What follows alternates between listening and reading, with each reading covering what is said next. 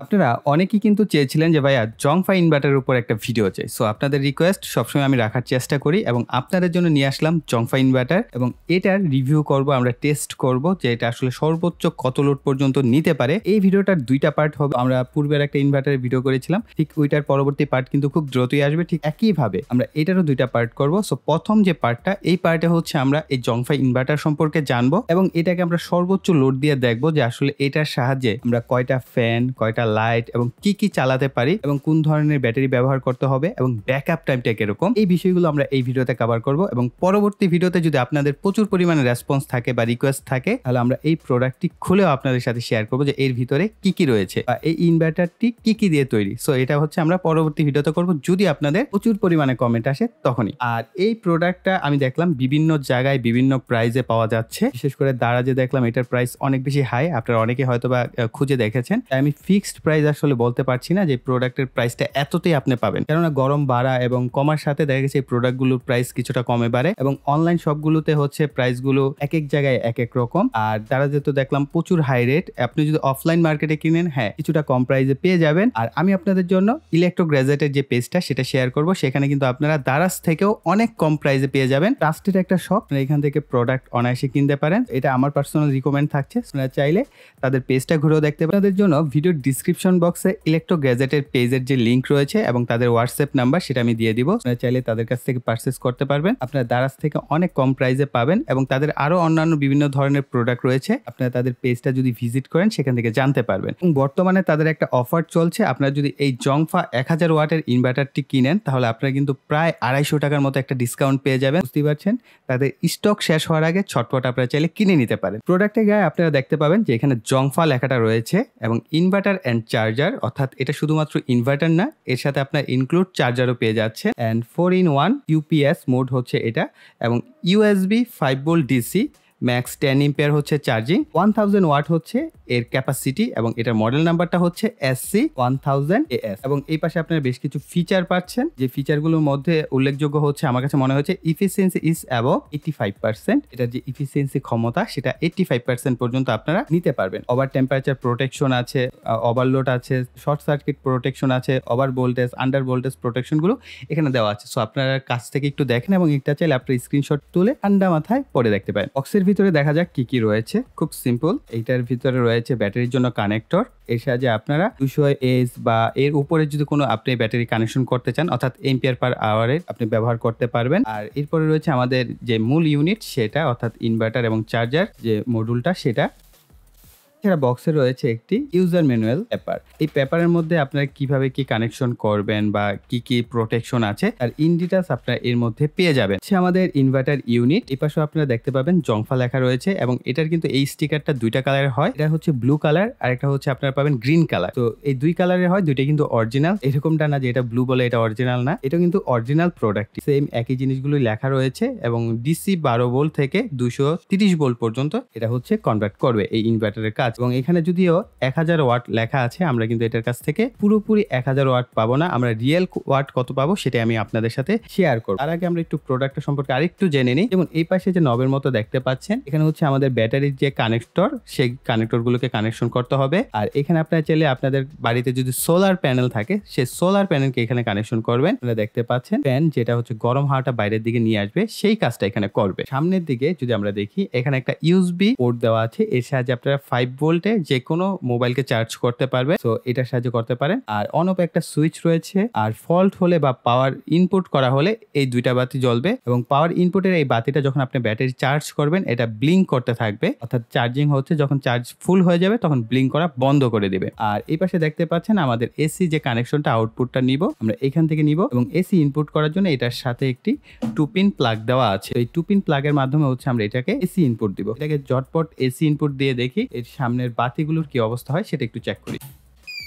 Internal একটি Berger আছে, যখনই আমরা এটাকে কানেকশন করেছি একটা বার্জার কিন্তু সাউন্ড করেছে। ওভার ভোল্টেজ, আন্ডার ভোল্টেজ বা ওভারলোড হয়ে গেলে এই বার্জারটা আপনাকে সাউন্ড দিয়ে জানিয়ে দিবে যে হ্যাঁ আপনি ওভারলোড হয়ে গেছে, আর আপনার ব্যাটারি যেটা আছে সেটা লো কন্ডিশনে চলে গেছে। সেই বিষয়গুলো এই বার্জারের সাউন্ডের মাধ্যমে আপনারা বুঝতে পারবেন। আর ফল্ট হলে এই পাশে লাল কালারের যে বাতিটা আছে সেটা জ্বলবে। পাওয়ার হচ্ছে এই যে এই কালার যে সবুজ বাতিটা এটা জ্বলছে। যখন আমরা এটাকে চার্জে কানেকশন করব এই বাতিটা ব্লিঙ্ক করতে থাকবে। এর আমরা দুইটা টেস্ট করব। এর প্রথম টেস্টটা হচ্ছে আমার এই স্টুডিওতে অনেকগুলো লাইট আছে, একটা এয়ার কুলার আছে ভিশনের, সেটাকে আমরা এটার আউটপুট দিয়ে দেখবো চলে কিনা বা কোনো প্রকার নয়েজ টয়েস করে কিনা, সেই বিষয়গুলো আমরা কভার করব। এরপরের স্টেজে যে টেস্টটা করব সেটা হচ্ছে সিলিং ফ্যানগুলো থাকে, সেই সিলিং ফ্যানকে লোড হিসেবে দিব।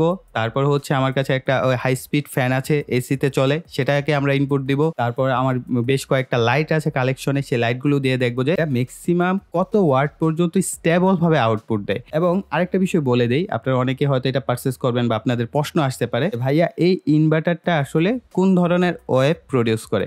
এটা স্কোয়ার ওয়েভ প্রডিউস করে। এটা কখনোই আপনি আপনার কম্পিউটার ডেস্কটপ থাকলে সেটা ব্যবহার করতে পারবেন না। হ্যাঁ, ব্যবহার করা গেলেও সেটা যে অবস্থাটা হবে সেটা হচ্ছে আপনার কম্পিউটার রিস্টার্ট নেবে। এটা ইউপিএস এর কাজ কখনোই করবে না। হাই পাওয়ার বা বর্তমানে মডার্ন যে ডেস্কটপ গুলো সেগুলো কানেকশন করলে আসলে এই ইনভার্টার সেই পরিমাণ আউটপুট আপনাকে দিতে পারবে না। সেগুলো প্রথমে ক্লিয়ার করে দিলাম। এক নম্বর হচ্ছে এটা পিওর সাইন ওয়েভ ইনভার্টার না, এটা হচ্ছে স্কোয়ার ওয়েভ ইনভার্টার। আর এই স্কোয়ার ওয়েভ ইনভার্টার কিন্তু আপনি মার্কেট থেকে যেই ধরনের আইপিএসি কিনেন তার 95% হচ্ছে square wave. Sine wave inverter বলেও কিন্তু এই ধরনের ডিভাইসগুলো বিক্রি করেন, সো এই কাজটা আসলে করা উচিত না। এগুলো স্কোয়ার ওয়েভ এবং পিওর সাইন ওয়েভ ইনভার্টার খুব কমই বর্তমান মার্কেটে রয়েছে এবং সেগুলোর প্রাইস কিন্তু অনেক বেশি হাই।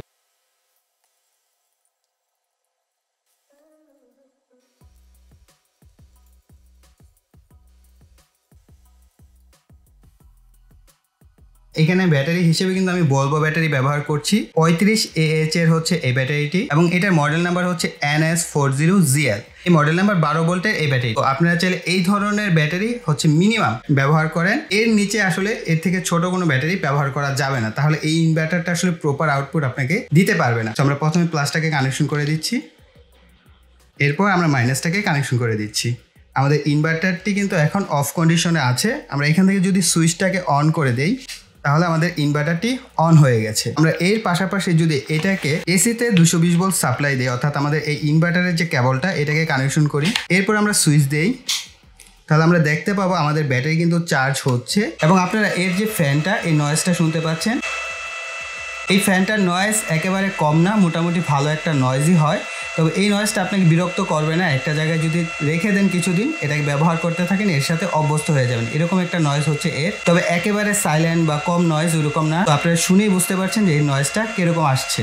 আউটপুটটাকে দেখি, অর্থাৎ আউটপুট ভোল্টেজ কত। আমাদের মিটারের যে ভোল্টেজটা দেখতে পাচ্ছেন এসি 600 ভোল্টেজ সেট আপ করা রয়েছে। এই যে আউটপুটটা, এটাকে টেস্ট করে দেখবো যে আমাদের কত ভোল্টেজ আমাদের লোডে আসে। 225 ভোল্ট বা 26 ভোল্ট বা 27 ভোল্টের মতো আমরা পাচ্ছি এটার আউটপুট থেকে। এটা যে বলা হচ্ছে 30 ভোল্ট বলা হয়েছে, আই থিঙ্ক এসি ভোল্টেজ আমরা মোটামুটি পারফেক্টলি আউটপুটটা পাচ্ছি। আমার এই পাশে একটা সফট বক্স আছে, এর মধ্যে হচ্ছে 5টা বাতি থাকে, এলইডি বাতি দেওয়া আছে।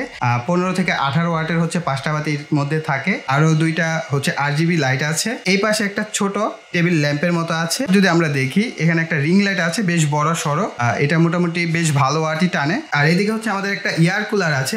এই কয়েকটা ডিভাইস, আমাদের রুমের যে মেইন লাইটটা, এই লাইটটাই শুধু জ্বলছে আর বাকি সমস্ত লাইট টাইট যা আছে সব বন্ধ। আপনি বুঝতে পারছেন রুম কিন্তু অন্ধকার হয়ে গেছে। আমাদের এই মাল্টি থেকে হচ্ছে সমস্ত লাইনগুলো দেওয়া হয়েছে, আমি দেখাচ্ছি। আমাদের এখানে যদি মাল্টিতে আপনারা খেয়াল করেন, এখান থেকে সমস্ত লাইনগুলো দেওয়া হয়েছে এই মাল্টি থেকে। এই মাল্টির লাইনটা আমরা আউটপুটে দিয়ে দিচ্ছি।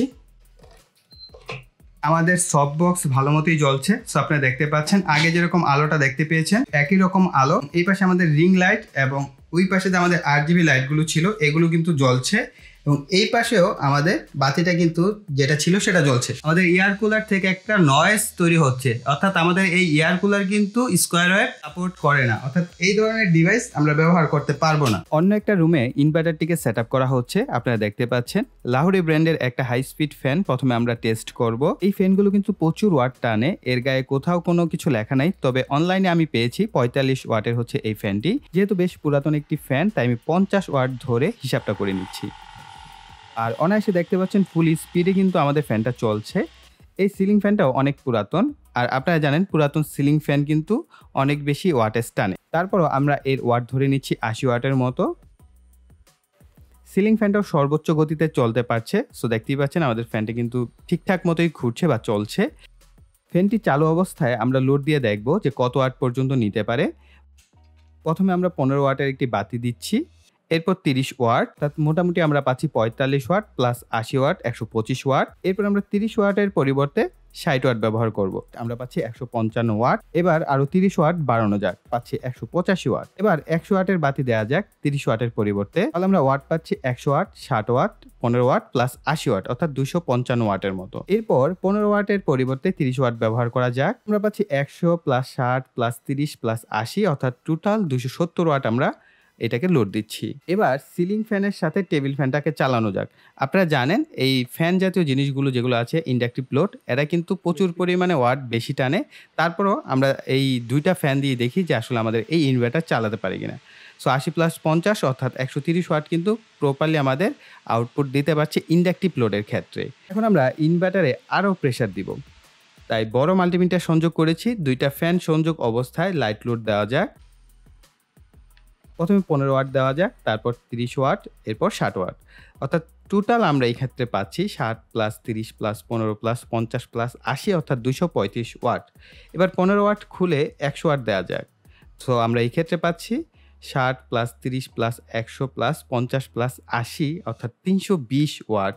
এখন 30 ওয়াট খুলে 60 ওয়াট দেওয়া যাক, অর্থাৎ 60 প্লাস 60 প্লাস 100 প্লাস 50 প্লাস 80 আমরা 350 ওয়াট লোড কিন্তু দিচ্ছি দুইটা ফ্যান রানিং অবস্থায়। আশা করি আমরা আরও বেশ কিছুটা লোড হয়তো বা এর মধ্যে দিতে পারতাম, কিন্তু আমি ধরে নিচ্ছি আমাদের যে টেস্ট, সে টেস্টে আমরা রিয়েল ওয়াট পাচ্ছি 350 ওয়াট। যদি আপনি শুধুমাত্র লাইট ব্যবহার করেন তাহলে সেক্ষেত্রে পাবেন বেশি, আশা করি ব্যবহার করতে পারবেন শুধুমাত্র যদি আপনি লাইট ব্যবহার করেন। আমরা ব্যাকআপ টেস্ট করেছিলাম একটা সিলিং ফ্যান, যে সিলিং ফ্যানটা আপনারা দেখতে পেয়েছেন, এর সাথে আমরা একটা 15 ওয়াটের বাতিকে সংযোগ করেছিলাম, অর্থাৎ দুইটা লোডকে আমরা দিয়ে আমাদের যে ব্যাকআপ টেস্ট সেটা করেছি।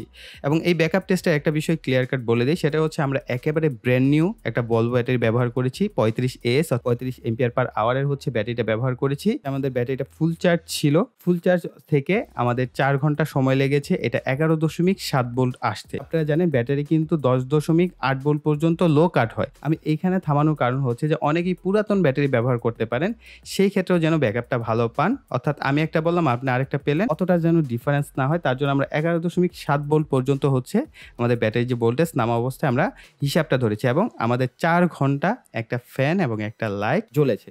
সো বুঝতেই পারছেন আপনারা যারা কিনা সিঙ্গেল একটা রুমের জন্য ফ্যান লাইটের ব্যবস্থা করতে চাচ্ছেন তারা কিন্তু অনায়াসে 4 ঘন্টার উপরে ব্যাকআপ পাবেন যদি নতুন ব্যাটারি ব্যবহার করেন। আর পুরাতন ব্যাটারি ব্যবহার করলে 3 ঘন্টার উপরে বা 3.5 ঘন্টারও উপরে আপনারা হয়তোবা ভালো একটা ব্যাকআপ পাবেন যদি এই ইনভার্টারটি ব্যবহার করেন। এরপরও আপনাদের যদি কোনো কিছু জানার থাকে বা কোনো প্রশ্ন আসে, সমস্ত বিষয়গুলো কিন্তু আপনারা কমেন্ট সেকশনে লিখবেন। এটার উপর কিন্তু আরও একটা ভিডিও আসবে, সেই ভিডিওতে না হয় আমরা ওই বিষয়গুলোকে কভার করার চেষ্টা করব। এখন ফাইনালি আমি যেটা বলবো সেটা হচ্ছে আমার কাছে এই প্রাইস রেঞ্জের মধ্যে মনে হয়েছে যে যারা কিনা 1000 ওয়াটের স্কোয়ার ওয়েভ ইনভার্টার খুঁজছেন আপনারা এই ব্র্যান্ডটা নিতে পারেন। অসংখ্য ব্র্যান্ড আছে মার্কেটে, সমস্ত ব্র্যান্ডগুলো কিন্তু 1000 ওয়াট বললেও সেগুলো দিয়ে আপনি একটা ফ্যান চালাতে পারবেন না। ইভেন আমরা যে লাহোরি ব্র্যান্ডের যে ফ্যানটা টেবিল ফ্যানটা চালালাম এটাও চলবে না। আমি টেস্ট করেছি, আরও কয়েকটা ব্র্যান্ড আমার কাছে আছে, সেগুলো আমরা ধীরে ধীরে ভিডিও নিয়ে আসবো।